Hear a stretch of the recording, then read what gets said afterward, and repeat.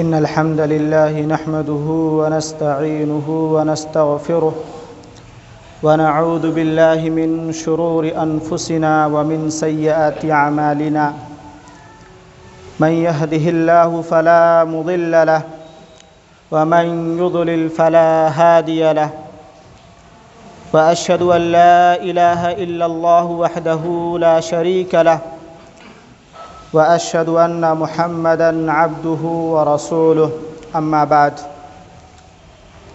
فإن خير الحديث كتاب الله وخير الهدى هدى محمد صلى الله عليه وسلم وشر الأمور محدثاتها وكل محدثة بدعة وكل بدعة ضلالة وكل ضلالة في النار. أعوذ بالله السميع العليم من الشيطان الرجيم. بسم الله الرحمن الرحيم. قاف والقرآن المجيد بل عجبوا أن جاءهم منذر منهم فقال الكافرون هذا شيء عجيب أإذا متنا وكنا ترابا ذلك رجع بعيد قد علمنا ما تنقص الأرض منهم وعندنا كتاب حفيظ بل كذبوا بالحق لما جاءهم فهم في أمر مريج أفلم ينظروا إلى السماء فوقهم كيف بنيناها وزيناها وما لها من فروج والأرض مددناها وألقينا فيها رواسي وأنبتنا فيها من كل زوج بهيج تبصرة وذكرى لكل عبد منيب ونزلنا من السماء ماء مباركا فأنبتنا به جنات وحب الحصيد والنخل باسقات لها طلع نضيد رزقا للعباد وأحيينا به بلدة ميتا كذلك الخروج كذبت قبلهم قوم نوح وأصحاب الرس وثمود وعاد وفرعون وإخوان لوط وأصحاب الأيكة وقوم تبع كل كذب الرسل فحق وعيد أفأعينا بالخلق الأول بل هم في لبس من خلق جديد. وقال الله تعالى في موضع آخر بسم الله الرحمن الرحيم يرفع الله الذين آمنوا منكم والذين أوتوا العلم درجات والله بما تعملون خبير. اللہ تعالیٰ تم میں سے ان لوگوں کو جو ایمان لائے اور علم دیے گئے درجات بلند فرمائے گا، اور اللہ تعالیٰ ہر اس کام سے خوب خبردار ہے جسے تم کرتے ہو۔ وقال النبی صلی اللہ علیہ وسلم من سلک طریقا یطلب فیہ علما سلک اللہ به طریقا من طرق الجنہ وأن الملائکة لتضع أجنحتها رضیا لطالب العلم وإن العالم يستغفر له من في السماوات ومن في الأرض والحيتان في جوف الماء وإن فضل العالم على العابد كفضل القمر ليلة البدر على سائر الكواكب وإن العلماء ورثة الأنبياء وَإِنَّ الْأَنْبِيَاءَ لَمْ يُوَرِّثُوا دِينَارًا وَلَا دِرْهَمًا وَإِنَّمَا وَرَثُوا الْعِلْمَ فَمَنْ أَخَذَهُ فَقَدْ أَخَذَ بِحَظٍّ وَافِرٍ۔ جو شخص طلب علم کی راہ پر چلے گا اللہ تعالیٰ اس کو جنت کی راہ پر چلائے گا، اور فرشتے طالب علم کی خوشنودی کے لیے اپنے پروں کو بچھا دیتے ہیں، اور آسمان و زمین کی تمام چیزیں حتیٰ کہ مچھلی سمندر کے اندر سے بھی طالب علم کے لیے استغفار کرتی ہیں۔ عالم کو عابد پر فضیلت حاصل ہے، جیسا کہ 14ویں رات کے چاند کو دیگر تمام ستاروں پر فضیلت حاصل ہے۔ علماء انبیاء کے وارث ہیں، اور انبیاء علیہم السلام دینار اور درہم کا ورثہ نہیں چھوڑتے، بلکہ انہوں نے علم کا ورثہ چھوڑا ہے۔ بس جس شخص نے اس سے علم حاصل کیا اس نے وافر حصہ لیا۔ تمام قسم کی تعریف و توصیف اس اللہ رب العالمین کے لیے جس نے ہم تمام بنی نوع انسان کو پیدا کیا، اور پیدا کر کے یوں ہی نہیں چھوڑ دیا، بلکہ ہماری رشد و ہدایت کے خاطر نبیوں کا سلسلہ جاری کیا۔ تمام انبیاء کرام پر درود و سلام ہو، خصوصاً ہمارے آخری نبی محمد رسول اللہ صلی اللہ علیہ وسلم پر۔ اللہم صلی علی محمد وعلی آل محمد کما صلیت علی ابراہیم وعلی آل ابراہیم انک حمید مجید۔ اللہم بارک علی محمد وعلی آل محمد کما بارکت علی ابراہیم وعلی آل ابراہیم انک حمید مجید۔ میرے عزیز ساتھیو، آج کے اس خطبہ جمعہ میں علم دین اور حصول علم کے متعلق کچھ باتیں بتائی جائیں گی انشاءاللہ۔ میرے عزیز ساتھیو، دین کا علم حاصل کرنا، قرآن و سنت کی تعلیم کے لیے اپنے آپ کو وقف کرنا ہے۔ دین کی سمجھ حاصل کرنا اللہ رب العزت کے یہاں ایک انتہائی عظیم عمل ہے۔ قرآن کریم اور احادیث مبارکہ میں اس عمل کی بڑی فضیلت و اہمیت بیان کی گئی ہے، اور اس کی زبردست ترغیب بھی دی گئی ہے، جیسا کہ اللہ رب العزت کا سورہ آل عمران میں ارشاد ہے: شہد اللہ انہ لا الہ الا ھو والملائکۃ واولو العلم قائما بالقسط لا الہ الا ھو العزیز الحکیم۔ اس آیت مبارکہ میں اللہ تعالیٰ نے توحید بیان کرتے ہوئے اپنے اور فرشتوں کے ساتھ علماء کا تذکرہ کیا ہے، اور یہ انداز علماء کی فضیلت ثابت کرنے کے لیے کافی ہے۔ امام قرطبی فرماتے ہیں کہ اگر علماء سے بڑھ کر کوئی اور عزت و شرف والا ہوتا تو اللہ تعالیٰ اس کا تذکرہ کرتا، لیکن اللہ تعالیٰ نے اپنے نام کے ساتھ اور فرشتوں کے ساتھ علماء کا تذکرہ کر کے علم اور علماء کا مقام بیان کیا ہے۔ سورہ طٰہٰ پڑھیے، اللہ تبارک و تعالیٰ فرماتا ہے: وَقُلْ رَبِّ زِدْنِی عِلْمًا۔ ذرا غور کیجئے، پورے قرآن کریم میں اللہ تعالیٰ نے اپنے نبی کو صرف ایک چیز زیادہ مانگنے کا حکم دیا ہے، اور وہ چیز ہے دین کا علم۔ وَقُلْ رَبِّ زِدْنِی عِلْمًا۔ بعض اہل علم نے لکھا ہے کہ علم کی بہت بڑی فضیلت ثابت کرنے کے لیے یہ ایک آیت ہی کافی ہے۔ سورہ عنکبوت میں اللہ تبارک و تعالیٰ علم اور علماء کا مقام اس طرح بیان کیا ہے: بل هو آیات بینات فی صدور الذین اوتوا العلم وما یجحد بآیاتنا الا الظالمون۔ بلکہ یہ قرآن تو روشن آیتیں ہیں جو اہل علم کے سینوں میں محفوظ ہیں، ہماری آیتوں کا منکر بجز ظالموں کے اور کوئی نہیں۔ اسی صورت میں ایک دوسرے مقام پر ارشاد فرمایا: وَتِلْكَ الْأَمْثَالُ نَضْرِبُهَا لِلنَّاسِ وَمَا يَعْقِلُهَا إِلَّا الْعَالِمُونَ۔ ہم ان مثالوں کو لوگوں کے لیے بیان فرما رہے ہیں، انہیں صرف علم والے ہی سمجھتے ہیں۔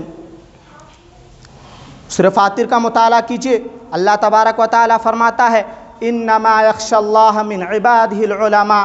کہ اللہ کے بندوں میں سے علماء ہی ڈرتے ہیں، کہ اللہ کے بندوں میں سے علماء ہی ڈرتے ہیں۔ دراصل جس قدر اللہ کی معرفت اور پہچان زیادہ ہو اسی قدر اللہ کا ڈر دل میں زیادہ ہوگا، اور اللہ کی معرفت اور پہچان علم دین سے حاصل ہوتی ہے، اسی لیے فرمایا کہ علماء ہی اللہ سے ڈرتے ہیں۔ سورہ رعد پڑھیے، اللہ تبارک و تعالیٰ فرماتا ہے: أَفَمَنْ يَعْلَمُ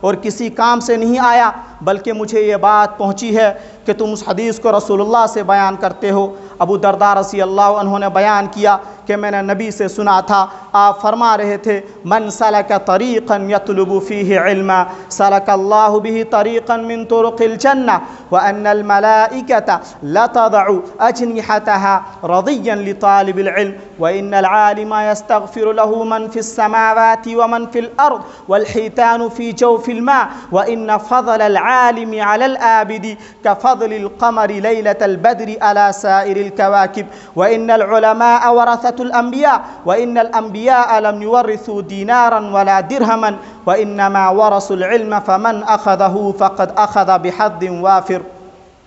جو شخص طلب علم کی راہ پر چلے گا اللہ تعالیٰ اس کو جنت کی راہ پر چلائے گا، اور بے شک فرشتے اپنے پروں کو طالب علم کی خوشنودی کے لیے بچھا دیتے ہیں، اور آسمان و زمین کی تمام چیزیں اور مچھلی پانی کے اندر سے بھی اس طالب علم کے لیے استغفار کرتی رہتی ہیں۔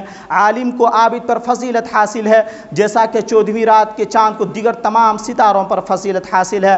علماء انبیاء کے وارث ہیں، اور انبیاء علیہم السلام دینار اور درہم کا ورثہ نہیں چھوڑتے، بلکہ انہوں نے علم کا ورثہ چھوڑا ہے، بس جس شخص نے اس سے علم حاصل کیا اس نے وافر حصہ لیا۔